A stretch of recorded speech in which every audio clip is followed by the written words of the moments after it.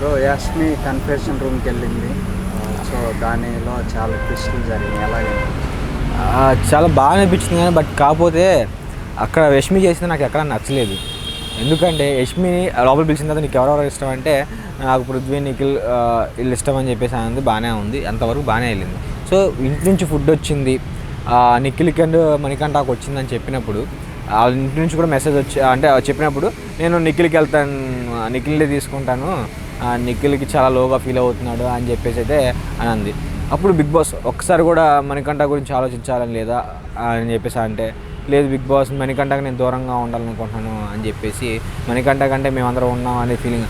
మళ్ళీ ఒకసారి ఇంటి నుంచి కూడా మెసేజ్ వచ్చింది, ఒక్కసారి ఆలోచించండి, ఇది చాలా ఇంపార్టెంట్ మెసేజ్ మణికంఠనికి కానీ అంటే మణికంఠని తీసుకోండి అని చెప్పేసి తీసుకుంటారేమో అనే ఆలోచనతో అయితే ఇచ్చాడన్నమాట బిగ్ బాస్. సో అన్నిసార్లు కూడా బిగ్ బాస్ కూడా చెప్పాడు, అరే తీసుకెళ్ళి తనకి ఇంపార్టెంట్ అని చెప్పి తనకి తీసుకెళ్ళి నిజంగానే తనకి తీసుకెళ్ళి ఉంటే బాగుండు అనేసి నాకు అయితే ఫీలింగ్ వచ్చింది. ఎందుకంటే మణికంఠ ఏడవడానికి ఒక కారణం, అంత ఏడ్చి అంత చేయడానికి కారణం కూడా అలా వైఫ్ దూరంగా ఉందనే కదా. ఇలాంటి మెసేజ్ ఒకటి అందిస్తే ఆ ఏడుపు నుంచి కొంచెమే బయటకు వస్తాడు, మాకు ఆ ఏడుపు బాధ తగ్గిద్ది కదా. అది ఒక్కడ అరే మీ మేము హౌస్ అందరం ఉన్నాం, తనకి ఎక్కడో ఫీలింగ్ అంటే వస్తుంది, అరే వాళ్ళ మమ్మీ డాడీ తను బయటికి వెళ్ళినా కలుస్తాడు, వీళ్ళిద్దరు కలుస్తున్నారా విడిపోతున్నారా ఎలాంటి మెసేజ్ అనేది తెలియదు కదా తనకి. అంటే మనకి కొంచెం అసలు తెలుసుకోవాలని చాలామందికి ఉంది, అసలు ఏంటి ఆ మెసేజ్ అసలు ఎలా వచ్చిందని చెప్పేసి చాలామందికి ఉంది.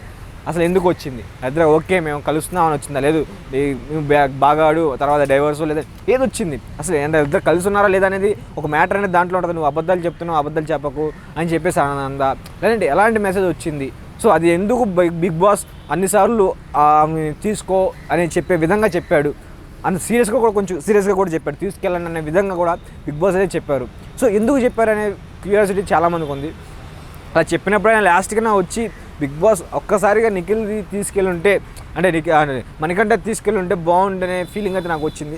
ఎందుకంటే తను బాధపడటానికి హౌస్లో అంతమంది బాధ పెట్టడానికి కారణం కూడా ఒక కారణం కాబట్టి తీసుకెళ్ళి ఉంటే బాగుండనే ఫీలింగ్ అయితే వచ్చింది. ఇలాంటప్పుడు అసలు కావాలని అంటే మేమందరం ఉన్నాం, హౌస్లో అందరం ఉన్నాం, తనకి ప్రేమ దొరుకుతుంది, తనకి మీ అందరి ప్రేమ తనకు అవసరం లేదనే తన ఫీలింగ్లో ఆయన ఉన్నాడు. నాకు కావాల్సింది నా వైఫ్, నా పిల్లలు, నా ఫ్యామిలీ, నాకు అదే కావాలని చెప్పేసి ఉన్నప్పుడు తన అందరికన్నా కూడా ఏడ్చే తనే. హౌస్లో ఏడుపు కొట్టాడు ఎవడంటే తనే ఏడుస్తూనే ఉంటాడు ఎప్పుడు చూసినా. సో అలా ఏడిచే తనకి అరే ఇలాంటి ఒక అవకాశం వచ్చినప్పుడు నువ్వు ఫ్రెండ్గా కాకపోయినా ఒక ఆయన మీద ఏడుస్తున్నానే జాలితోనే ఇవ్వచ్చు. సో అది కూడా చేయలేదని నాకు అసలు యష్మి చేసుకున్న డిసిషన్ నాకు నచ్చలేదు. ఎందుకంటే మణికంఠ మీద కోపం, అలాగే నిఖిల్ మీద ఉన్న ప్రేమను జరగాలని అనుకుంటుంది.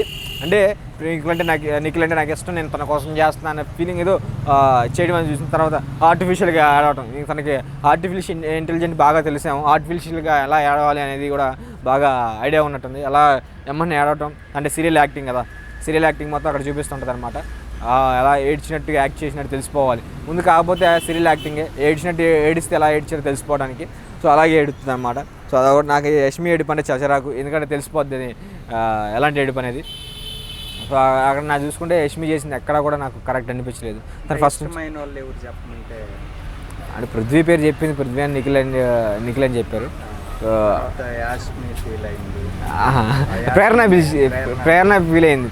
అంటే చూసుకుంటే వీళ్ళిద్దరు ఫస్ట్ నుంచి కూడా ఒకే విధంగా ఉన్నారన్నమాట. ఓకే అంటే ఫస్ట్ నుంచి మాట్లాడుకోవడం కానీ అంటే ఒక చోటే ఉండి ఒకళ్ళంటే ఒకళ్ళు ప్రాణంగా ఉన్నారు, నా ఫ్రెండ్ అనుకొని ఒకరినొకరు సేవ్ చేసుకుంటూ ఒకరితో ఒకరు మంచిగా మాట్లాడుతూ ఉన్నారు. అక్కడ ప్రేరణ పేరు చెప్పకపోవడం అనేది కొంచెం బాధగానే ఉంది. ఎందుకంటే పృథ్వీ నిఖిల్ పేరు అయితే చెప్పింది, ప్రేరణ పేరు ఎలా మర్చిపోయింది అనేది కొంచెం బాధాకరమైన విషయం.